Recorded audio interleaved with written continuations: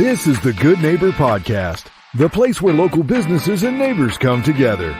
Here's your host, Sean Preston. Welcome, everybody, to today's episode of the Good Neighbor Podcast. Today, we have a wonderful neighbor joining us, and that's Michelle Binnington from LUDUH. Let us drive you home. How are you, dear? I'm good, thank you. I see that you have a lovely array of sunshine. I am absolutely jealous that it's not shining on me with your luscious locks. Looks phenomenal. Thank you. So, as I've mentioned a few times on the show prior to, we get all kinds of guests, all kinds of businesses. We get into some pretty awesome conversations.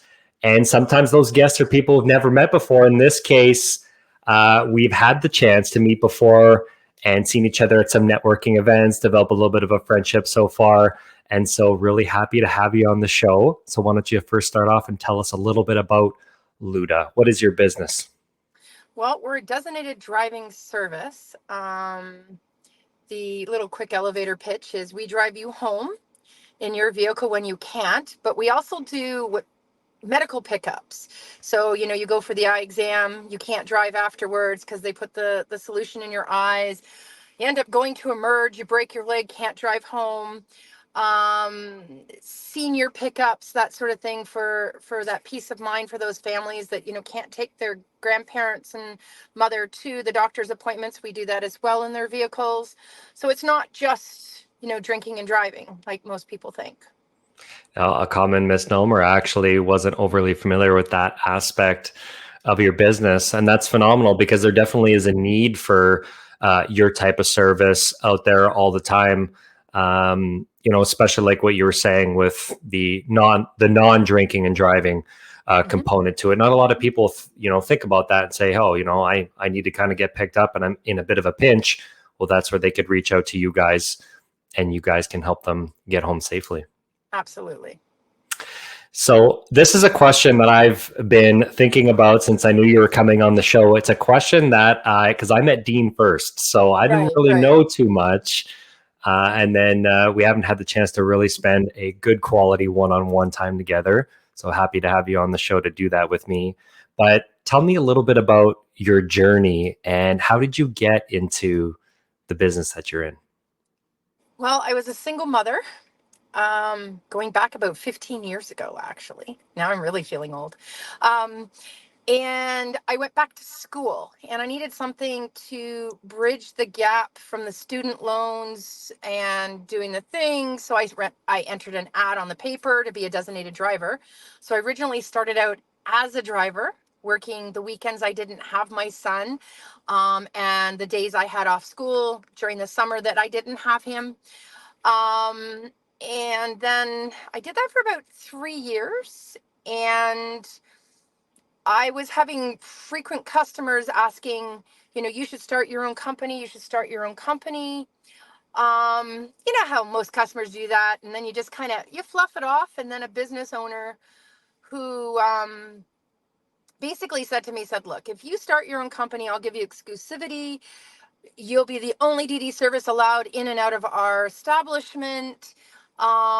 He gave me the kickstart. 3 days later, I had a logo, business card, and a website. Nice. And that Friday, after he mentioned it on the Wednesday, I was ready to go, and I never looked back.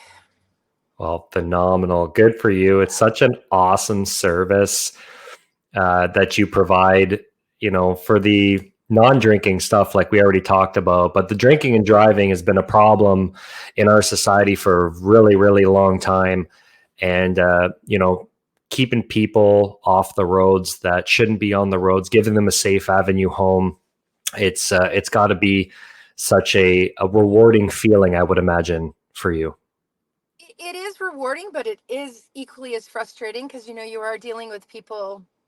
Most of our business, being 80%, is the drinking and driving, or toking and flying is what we say as well, because now with cannabis being Right. a thing, it's not just drinking and driving. It's like basically being under the influence. You get your happy ones and you get your angry ones. So, at the end of the day, It is all about getting people home safe. It does bother me that when I wake up in the morning and I hear that, so and so ran through a red light because they were drinking, and I'm thinking, if I had more staff, or if I was if more people knew that this existed, that might have been one life we could have prevented. But as Dean keeps telling me, I can't take it personal as Yeah. much as I do. Yeah. Yeah. And that's one thing we're going to try to help you by having you on the show, spread your message across Perfect. as many platforms as we possibly can, because we really believe in you. We really believe in your business. Now, I'm going off topic, so don't get Yep. mad at me for this one. But I know, because we've talked enough, that the uh, hours that you work very different from that normal 9 to 5. Not a lot of people think about that. Yeah, you have people literally on a Wednesday calling at 9 o'clock in the morning, and then you see that, because we can see the text messages. You can text us or call us or anything like that, and they're like, "Well, how come you haven't answered? It's like noon now." And I will, once I'm getting up by 11:30, noon, 1 o'clock, depending on how busy the night before was. I'll quickly text saying our office doesn't open till 6 p.m. During the week and 4 on the weekends, right? And then they're like, oh yeah, that makes sense. They think that we're 24 hours like Uber and taxis, but essentiality is that you're not. I mean, you're hoping that people aren't drinking at 6 and 7 o'clock in the morning Right. and needing our service, or they're still on their binge. But we generally shut down between 3 and 5 in the morning, depending on how busy it is. If it's busy, we'll keep going.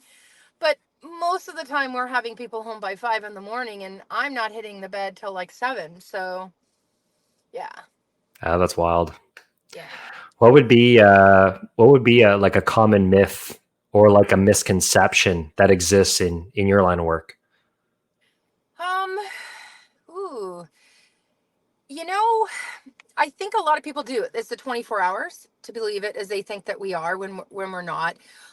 We're generally 4 to 4 is the safe number, 4 p.m. to 4 a.m. But people also think that they can call us and use us like taxis and Ubers. Um, there's special insurance for that sort of thing. Our drivers don't carry passenger insurance. We actually go in your vehicle and drive you home with all your parties. We don't put anybody in our chase car, which is the car that follows behind. Right. A lot of people will call and go, hey, I'm drunk. Can you take me home, like a taxi or an Uber, because we're called a DD? But that's what, taxis and Ubers are for. We're here to Uber your car home, so to speak. Always nice when your car is safe and sound in the driveway when you wake up the next morning and go, oh. Yeah. And I get a lot of people go, how did I get home? They call the last phone number in their phone, because we'll text them and say we're here. We do get those phone calls going, where did you put my keys? We're like, we gave your keys back. Yeah, we do get those calls, or it's not parked in my driveway because they told us to park it in the neighbor's driveway because they thought it was their driveway. And then they go outside and they're like, oh crap, it's parked in the neighbor's driveway. Oh yeah, we get it all. We get it all. Yeah, I was gonna ask, but you ended up telling another one that you've got to probably have like some really funny stories that some people will tell you, or I to be got able to stories tell, I especially can't around a tell you. campfire. I mean, again, I was a driver up until probably about 5 years ago, when I couldn't drive and text drivers. Like, I would pull over, text all my drivers.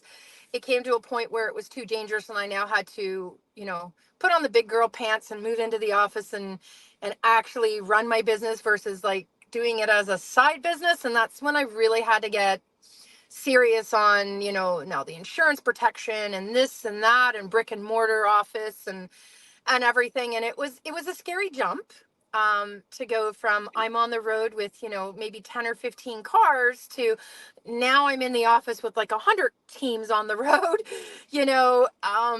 and having to hire office staff and things like that, when never did any business background prior. So it was a culture shock to move into the office and do that. But that being said, um, the stories from when I was driving, Yeah, I don't know if it's appropriate for a podcast. I mean, we might have to talk about that at a next network meeting. But yeah, like you would get people that would drive around in circles and you're like, what's your house number? And we'd be like, we need your driver's license, because they couldn't even identify their house because they're so intoxicated. Or the females that only want female drivers, of course, because they're intoxicated, and you get in the car and they're paranoid, like, who are you? What are you doing? You're not in my car. Like, why are you in my car? Why are you stealing my car? Like there's, or your Dr. Phil in the Oh vehicle yeah. as well. You know, you've got her crying, going, my boyfriend's cheating on me. I think I'm going to go back. And you're going like, what are you thinking? You know, you don't want to give too much advice, but you know, being that female to a female, you're going to say like, leave the, you know who. So yeah, it is definitely not your normal conversations in the vehicle. You get everything from sex questions to, you know, like, my car's making a funny noise. Do you know what that is? Yeah. Be the What is, mechanic. yeah, exactly. So our platforms reach a pretty wide area, and I know that yours is quite expansive. Would you share with the readers what kind of areas do you guys service? Well, LUDUH is the flagship. We have about 24 companies that go under the brand of LUDUH that I have acquired over the years. These are companies that couldn't stay afloat during COVID, but you know, the phone number was important to keep, so that people can still call that particular company and still get home without having to figure it out while they're, you know, intoxicated or not in the right frame of mind to do so. Um, but we, oh goodness, we cover all of Ontario, and we have other branches of locations all across Canada, but our main one is Ontario. We have offices in Barrie, offices in Ajax, London. So we have a little bit of head offices kind of spread around, but the flagship originated in Durham, actually. In So Durham. Durham region, Okay. yeah, which then we covered from that particular location, covers from Milton to Peterborough. Okay. No, So absolutely phenomenal. yeah.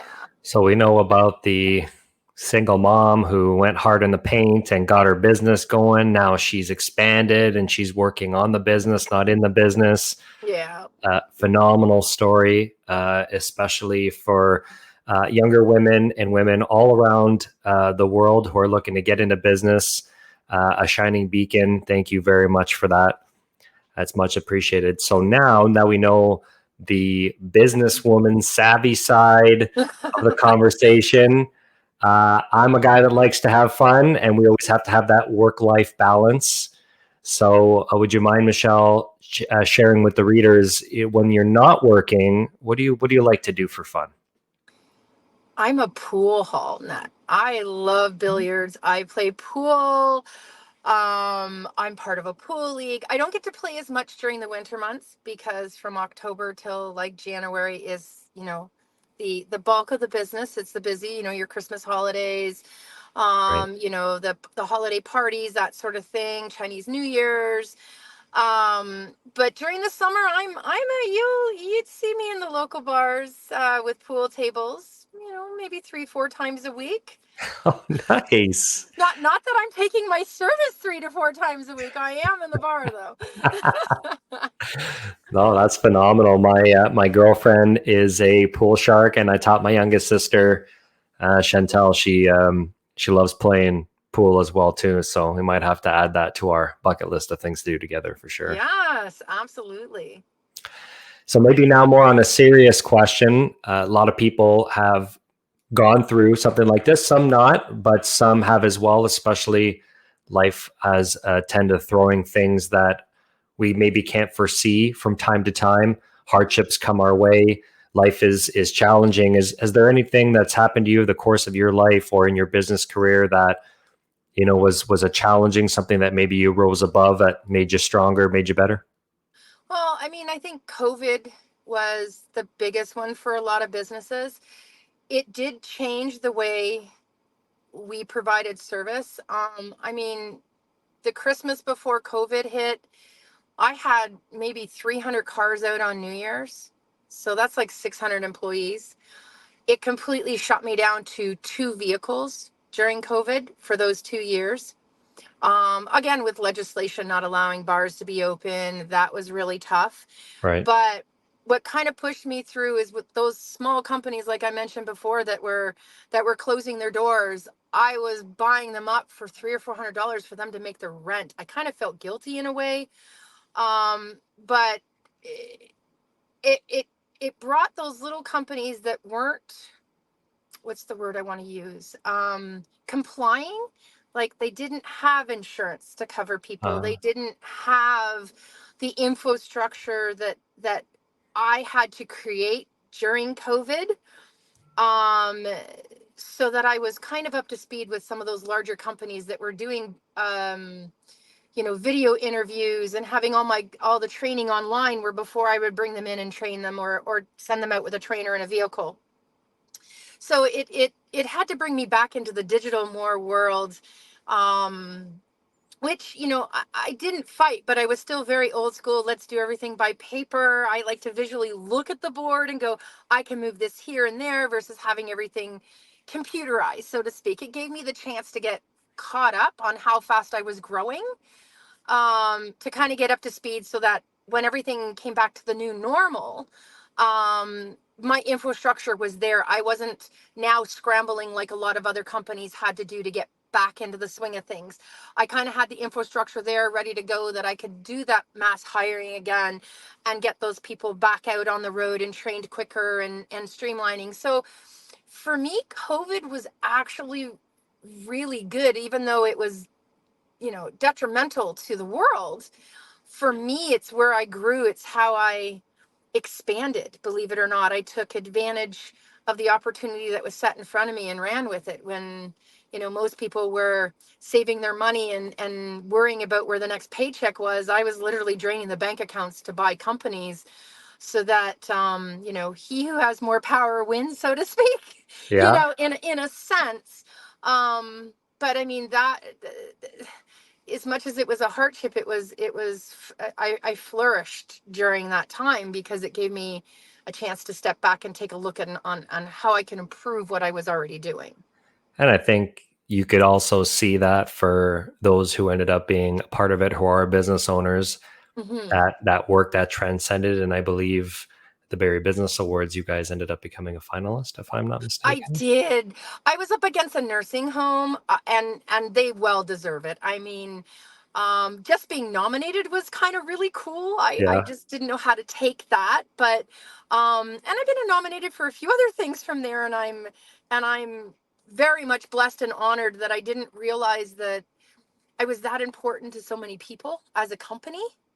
You just kind of go on your way, and you do what you need to do. But then when people are like, thank you so much, I took your service last night. I've taken other services, and I appreciate how you're very professional, and your drivers didn't drive my car like they stole it. They drove it like they owned it and took their time. I actually had to tell the driver to speed up. Those are good things I want to hear, Yeah. not that, oh, your driver made me, grip onto the old handle on the side of the car. That's not what I want to hear. Right. So I mean, it's good when you hear that kind of stuff. Yeah, I got pretty, the only time you probably would, if you run your business that way, would be the people that are just so high they think that they're not even on this planet. I would imagine they're hanging on for dear life back there, eh? Yeah, or the ones that when they're about to expel some fluids, when they put their head on their cold window, and they're trying to find the window thing, and you're looking, going, the first thing I tell all my drivers is, make sure you know where all the windows are. If it's a cranker, make sure that they know it's a crank, because you sometimes get a guest in their vehicle and they're like, where's the handle? It's like a turn one. But yeah, that's the first sign of when they put their head on the thing, to slow down and get into the shoulder road, because you're pulling over real soon. Oh, yeah. Yeah. Well, your business is quite expansive from the different ways that you're able to help people Hmm. and giving them a safe ride home. maybe share one thing with our listeners of something that, that they wish you knew or that they knew about your business. I think we covered it, but that we do the medical pickups. Like if you're going in for day surgery, we can be available during the day. You just need to call and pre-arrange it a couple days in advance. Okay. So if you need that pickup at 10 o'clock in the morning because you had your surgery and you can't drive your car home, you don't have family members that, are readily available or able to drive you or pick you up. We give you a direct line to whoever the driver is. The nurse calls them. They show up, 2 people, one jumps in your car, drives you home. We'll stop at the drugstore and make sure you get your meds, that sort of thing, and we flat rate it. So it's a one rate to do it, and it all just depends on the time of day and where your location is. But it's because they don't let you go home in a taxi or an Uber anymore. You have to have someone physically monitor you to get home. Really? So yeah. They don't, because if it's especially a surgery that requires you to be observed for the next 2 hours after you go home. But people may have a mother or an older child in their 19s, 20s that aren't able to drive yet on their own, but there's somebody monitoring you, but you just can't get to and from the hospital. You could drive yourself there. We drive you home. We make sure, everything that you need is there when we drop you off, and kind of go from there. So a lot of people don't know that we do that. Absolutely phenomenal. Glad to help you spread your message. And if people wanted to get a hold of you, how would they do that? Well, it's 1-833-583-8433, or like we like to say is 1-833-LUDUH 33. LUDUH 33, LUDUH 33. Yep. And important that if people are planning, maybe they forgot, let's say, this would be something I would do. So I'm thinking like, if I forgot, let's say I got to a party, obviously at that time you'd be open then, and we're thinking about it. Can I call you same evening if I knew a time slot I need to be picked up at? Absolutely. I mean, we like pre-booking because then we can plan ahead and you don't have a wait time. So even if you arrive and you've had, you're into the first hour and you're like, yeah, I want to keep drinking, I'm not going to do this. And you call then going, I want to go home at 1 o'clock. If we can fit you in, we'll fit you in. We'll pre-book it, so on. But if you call and go, look, I need to be picked up now, I'm wasted. You're looking anywhere between, on a slower night, 35 to 45 minutes until we can come get you. Okay. On a Friday, Saturday, we have wait times up to 2 hours, but we can still get you home. But bear in mind, I always say call 2 hours beforehand or call when you're just ordering dessert, because by then you're going to, finish your dessert, have your conversation, get your bill, pay, and then you're only waiting like 10 or 15 minutes by the time you're done at that point. Oh, phenomenal. Well, thank you so much, Michelle, for coming on the show. Absolute phenomenal business. Great conversation. Looking forward to seeing you out there at our networking events locally here in the city of Barrie. And looking forward to seeing you soon. Thank you so much. Awesome. Thank you for having me. Thank you for listening to the Good Neighbor Podcast Midhurst. To nominate your favorite local businesses to be featured on the show, go to gnpmidhurst.com. That's gnpmidhurst.com or call 705-413-3775.